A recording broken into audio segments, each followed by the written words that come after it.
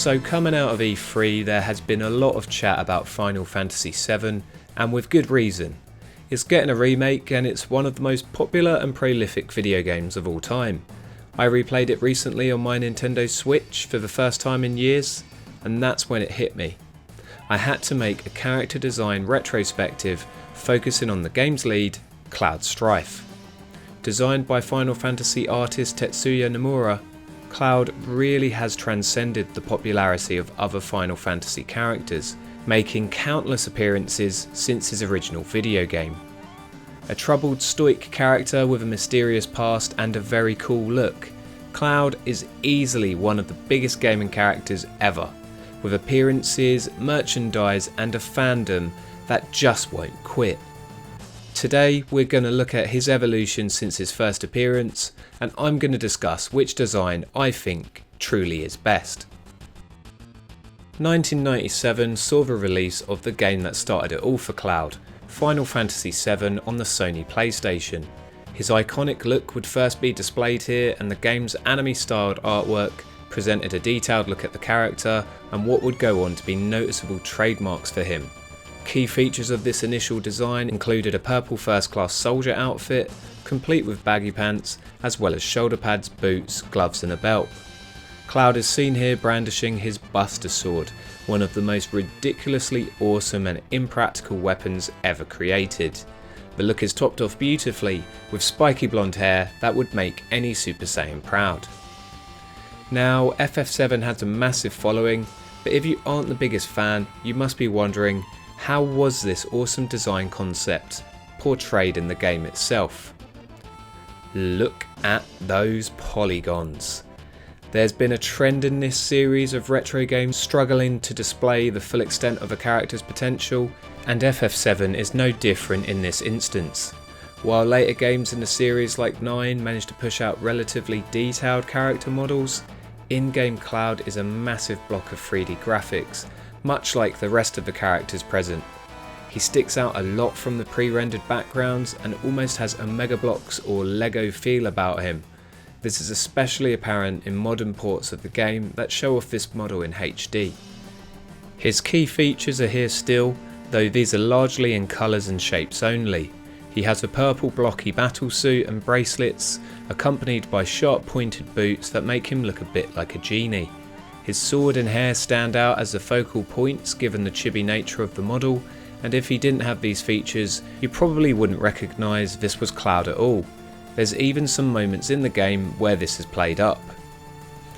While it was a challenge to show off Cloud's full design with these graphical limitations, Square did all in their power to show off his true appearance. This game was when the company first brought FMV cutscenes to the series. These pre-rendered videos are shown off in some of the game's more pivotal moments and replicated the game art much more closely. This was groundbreaking at the time, and I still love watching these now, though I can't help but find the back and forth switching of Cloud's physical appearance to be jarring when these scenes come and go. Final Fantasy VII to this day is still considered Square's magnum opus, and this popularity has transcended the game into Cloud himself. Following the release of FF7, Cloud began to make appearances in a number of other Square titles.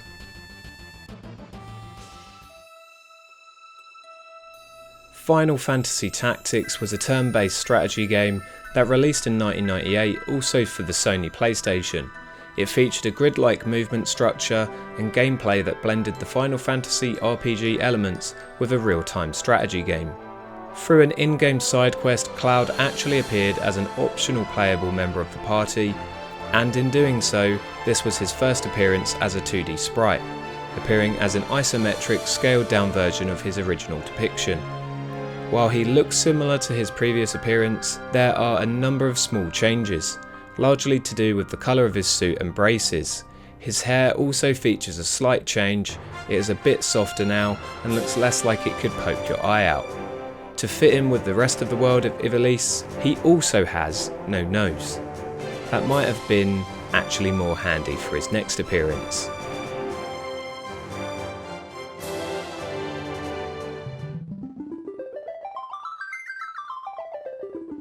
Guys, I didn't enjoy pronouncing that.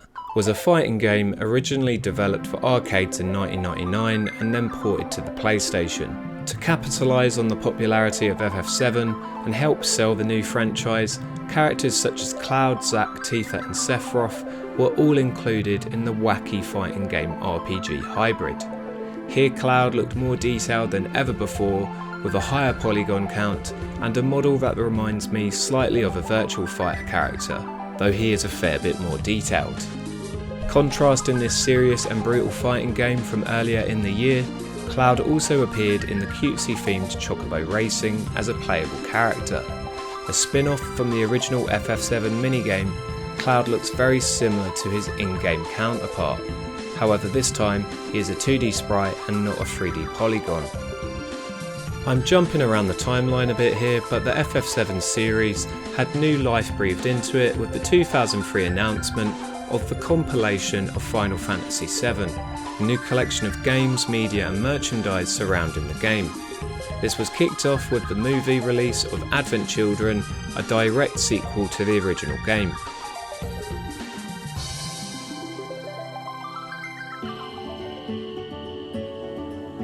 Advent Children showed off the most drastic change to the characters that audiences had seen so far, and it wasn't just from the perspective of seeing classic characters in a more realistic style. Cloud got a significant overall redesign. His hair immediately jumps out, it's far softer, toned down and much more natural, and his Buster Sword has also been replaced with his fusion swords, which are a frequently used gimmick for set pieces throughout the movie. I really like this sword, but it doesn't 100% feel like Cloud to me. His clothing was much darker too, with black pants, boots and a new cloak, reflecting his sombre, broody and angsty characterisation in the film. He's also much thinner than many expected him to look. He's an ex-soldier member after all. You could technically argue this is due to the geostigma disease he was suffering from plot-wise, but I think it was much more likely that this was Square's design preference at the time. Just look at what they did to Reno. Following the movie release, FF7 also got a prequel in Crisis Core. Releasing in 2008 for Sony's PSP handheld, this interesting action RPG added more elements to the flashback side story told in the original game, delving into Zack as the main character for once and having Cloud slightly more on the sidelines. Here, Cloud resembled his Advent Children self, but given the prequel nature of the game, looked a bit younger. For a majority of the game he wears his blue Shinra outfit that he wore in the flashbacks in the original game. He gains his soldier outfit towards the end, though this doesn't look exactly the same as it did in FF7. The colour is off and features like the shoulder pad are a little bit different. It's like a mix of the soldier and Shinra outfits.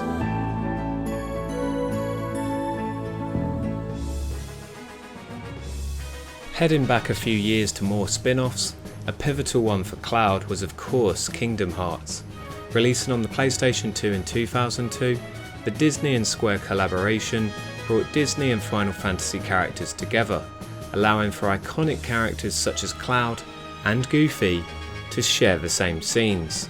Something I never expected I'd see. Honestly, this was weird as hell when it was announced, and it's still weird now.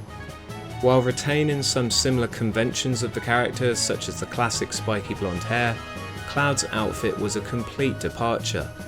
Kingdom Hearts Cloud features obvious references to Vincent Valentine, another member of the FF7 cast.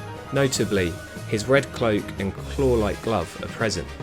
As well as these changes, Cloud has a demonic black wing emerging from his left shoulder and a number of belt straps covering his body.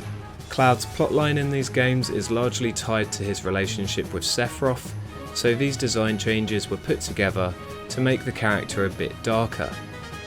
Tetsuya Nomura has commented on this in interviews. This time, in this setting, Cloud is leaning towards the dark side, and I wanted to make him a bit more demon-like. And since Vincent was exactly that kind of design, I just added it in. Although I would have liked to put Vincent in the game too. Kingdom Hearts 2 came 4 years later, and this time around Cloud would use his Advent Children outfit and look.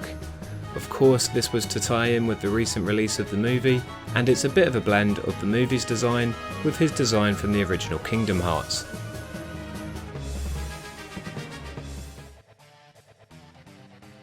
Over the decade that followed, Cloud would continue to appear in numerous spin-off and side games, and his appearance would constantly alter. I'm sure I've missed a few, but here are specific versions that I think are worth mentioning. A tech demo for the PlayStation 3 showed off a teaser of what an updated Final Fantasy VII might look like, with a brief glimpse of an Advent Children inspired Cloud.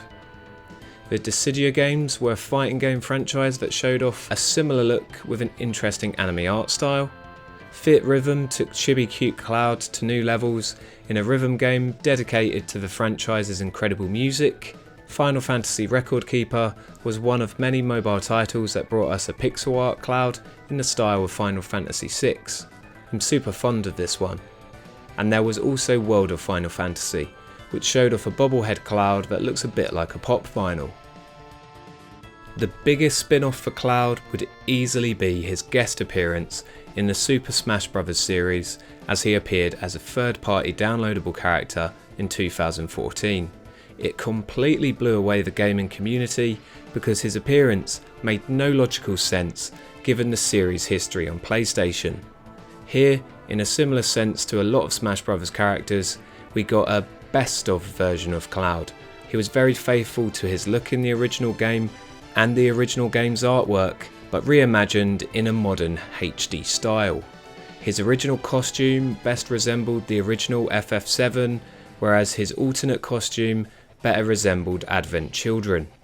I love playing as Cloud in this game, and I think they got him spot on. It's one of my favourite depictions of the character. Now, it wouldn't be a current video, would it, if I didn't cover the upcoming Final Fantasy VII Remake that is due to hit consoles in early 2020.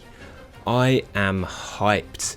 Not only does this game look like an inventive new take on the formula, it also has presented us with characters and environments that look incredibly impressive. This version of Cloud is hyper realistic with the same trademarks. A lot less imagination now needs to be used when looking at the character. The hair is a bit of a fusion between the classic and Advent Children style, but the costume itself and the Buster Sword too are incredibly faithful. The differences are in the details. Look at the shoulder pad for example, it's battle damaged, you can see the scratches from bullets and swords, and it's much more apparent that he's wearing a woolen top. That is something I hadn't even thought of previously. One of the key improvements from this design, I think, is Cloud actually appears to be a little bit more anabolic. He's got some muscle behind him for once, and that suits the character a lot better than I think his Advent Children appearance did. I'm not going to beat around the bush with this one, I straight up think that this is the best Cloud has ever looked, and even if the game falls short of expectations, I think this remake is going to present the world of Final Fantasy VII in an unbelievably memorable and beautiful way. Let's just hope the gameplay isn't garbage. What do you think? Do you agree with me, and are there any designs that you think I should have mentioned? Let me know in the comments below, and don't forget to check out some of my other design videos whilst you're here. At this time, I'd like to thank my patrons who help make videos like this possible, with a special shout out to Top Hat Gaming Man, who is donating at the top tier of donations.